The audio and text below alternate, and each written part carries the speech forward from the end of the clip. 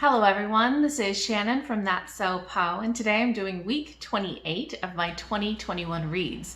This week I read all SFF, one of which I loved, one of which was okay, and the last of which I DNF'd. Timestamps and content warnings are in the description box below. So the first book that I finished was the one that I loved, Cece Rios and the Desert of Souls by Kaela Rivera. This is a middle grade that I heard about from Adri at Perpetual Pages, who I will link below, and it ended up being so much fun.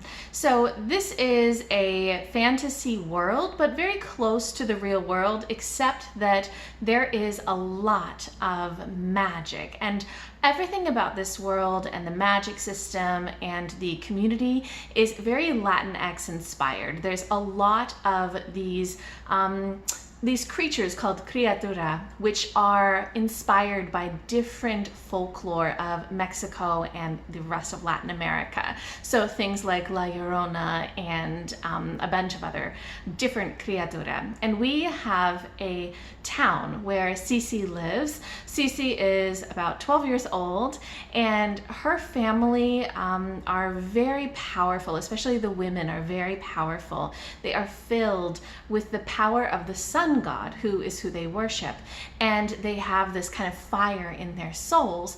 But Cece is kind of different from them. She is very gentle, and they say that she has kind of a watery soul, which is very looked down upon in their community, and she just can't seem to have that fire that they have. In this town, the criatura live in the desert around them and are constantly threatening the town. And so people like her mother and her older sister are out and doing these dances to ward off the spirits. And sometimes that doesn't go so well. Sometimes the criatura are able to get into town and do bad things.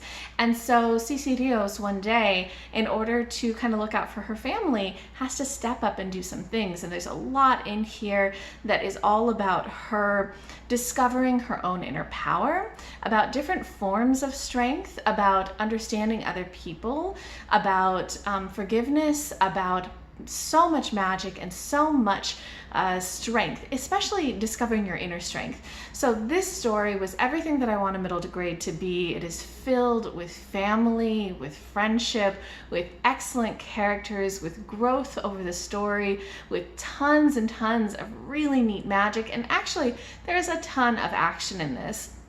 I'm not always like the hugest fan of action, but I like it when it's done really well and is very engaging, and it often surprised me the way that the action played out. So I think that this is an excellent middle grade. If you are at all interested in middle grade, like along the lines of the Rick Riordan Presents thing, you should also check this one out. It is definitely worth reading. I gave it 5 out of 5 stars.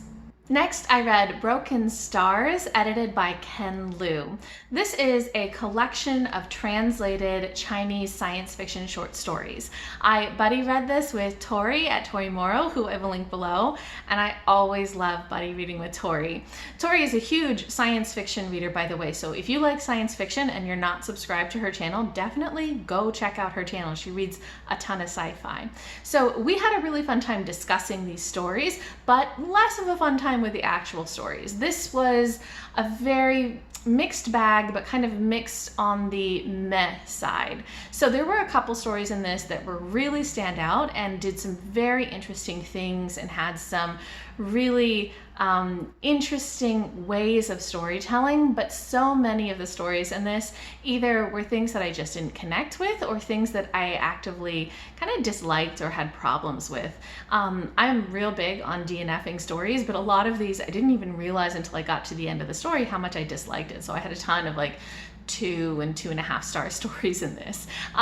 So the stories that I really loved definitely stood out to me, and I want to go check out those authors, but that was just a couple, and most of the other stories were more on the middling range. There were also a number of tropes in this and different stories that I didn't like, kind of like fridging of women, which is when a female character is killed or in some way disabled in order to move the protagonist's story forward. That happened in multiple stories and I just did not like it. So overall, I am glad that I tried this. I definitely love discussing this with Tori, but this wasn't really for me. I gave this 3 out of 5 stars. I might check out the other collection of translated Chinese science fiction work that Ken Liu has translated and edited, but there's only a couple in this one that I'll be looking for those authors again. And then the book that I DNF'd this week was Immunity Index by Sue Burke. So this was a huge disappointment for me. I had read Semiosis by Sue Burke, and that is such a great sci-fi. I was so excited to read something new by Sue Burke. I thought this is going to be so cool. It is about a pandemic. It was written, before 2020, but it is about a coronavirus that starts in China and spreads to the rest of the world. So it definitely was one of those things of, oh, the timing of this is interesting. But actually, the reason that I'm DNFing this book is that I just did not like it. I got through 13% and I realized that I wanted to DNF it. I actually kind of wanted to DNF it after just a few pages, but I thought, no, let me keep going. I don't know why I'm, bouncing off this so hard. I know that I love Sue Burke's work. The problem is that this book is so different in terms of the writing itself from Semiosis that to me it almost felt like a totally different author. In Immunity Index, I just did not like the writing. I didn't like the way that it was written. I didn't like the characters. I didn't like the world building. I did not like this at all. And it was so confusing to me because I loved Semiosis so much, and so it really feels almost as if this is a totally different author. In this book, the world building, even just the tone of the book, it's kind of like a dystopian mystery thriller almost. It has that kind of feel to it of almost like a Hollywood movie, and I did not like that. And it also just had characters who, their justifications didn't make sense to me, and even just things like the number of ... dots and M dashes that were used on every page was kind of intense. I was very disappointed in this. I did not like it. And it makes me really, confused because I have liked Sue Burke's writing in the past. So I don't know quite what happened here, but I did not like this one.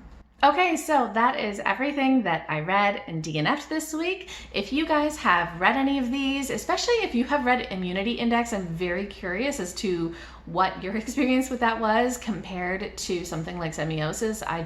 I'm very curious. If you guys have any thoughts, any recommendations for me, anything you want to talk about, anything at all, just leave me a comment down below.